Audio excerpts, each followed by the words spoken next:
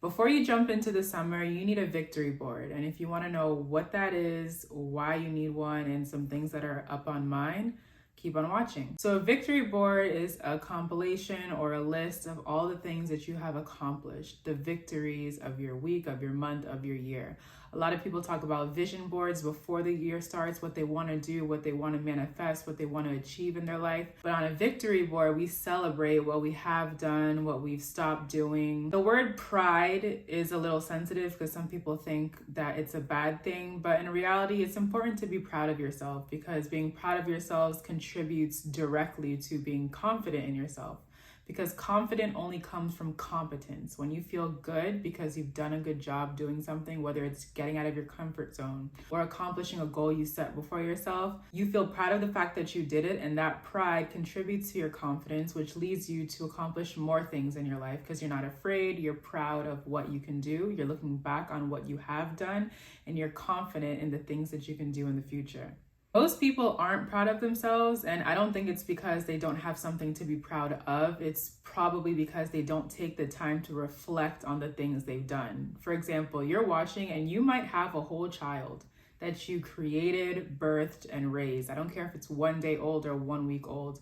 The rest of us who don't have kids, like myself, look at you like, wow, can't believe it. How are you doing this? And you're walking around like it's no big deal. So I have 6 things on my victory board, and I've separated them into 2 categories. The first group are things that I intentionally planned on doing. And the second one is things that have become autopilot. It's not something that I think about or plan. It's just become such a part of my routine in everyday life, but it is something to be proud of. So the first thing is the YouTube channel that I've started. I have 100 subscribers. Thank you so much for watching, for liking, for commenting, for sharing if you have.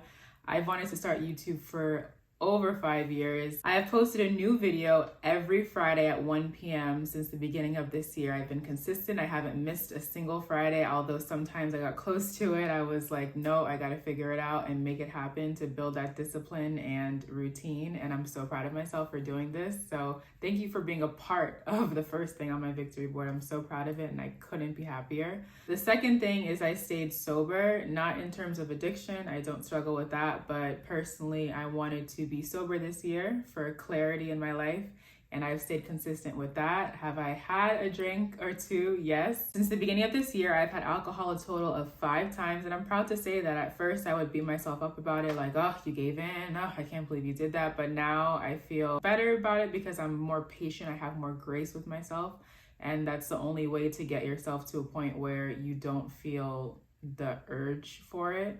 Because when it's a big deal when you do it, it means it's still a big deal for you in your life. I think one of the reasons why it's worked so well is because everybody in my life knows that I don't drink. So when I hang out with them, it's not a matter of temptation or being pressured because everybody already knows, oh no, Faye, you don't. So the decision is made for me, and that's important, and it makes me grateful that I have people in my life who support the choices that I make and don't try to make it harder for me to keep promises that I make to myself. Number 3 is daily prayer and Bible reading. I've developed a really good morning routine where I wake up, I pray, I read the Bible, I meditate, and I notice a difference in my life, in my mental health, in my day. It just feels so much more full and rich, and it's something that I've always wanted to do. I grew up Catholic, and if you are Catholic, you know that most prayers are scripted, but I've decided to make my own prayers, one for the morning and one for the evening, and I pray both of them at their appropriate times.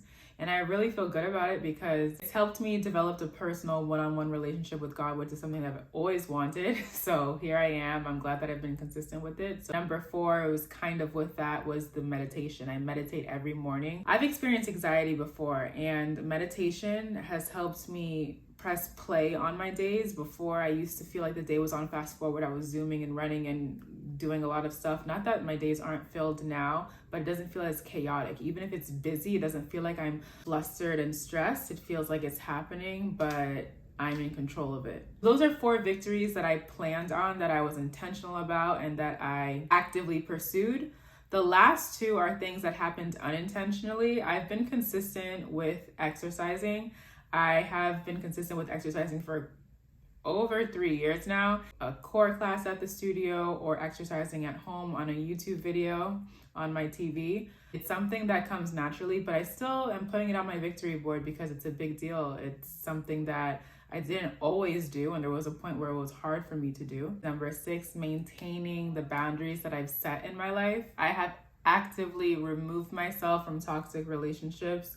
In life, we can only control ourselves. So if you have somebody who is toxic in your life and you are hoping that they change or hoping that they realize that they're hurting you, I urge you not to do that and to rather control yourself and how much you expose yourself to that situation, to that environment, to that person. You don't want to bet or hope that somebody else acts right. You want to make sure that you act right by removing yourself from the situation or limiting your access to that situation or person. Those are things that have come naturally to me now, but it took a while to get here. Thank God we're here. Setting boundaries and maintaining boundaries are two different things, and if you do one or both, you should be proud of yourself, and that's where I am right now.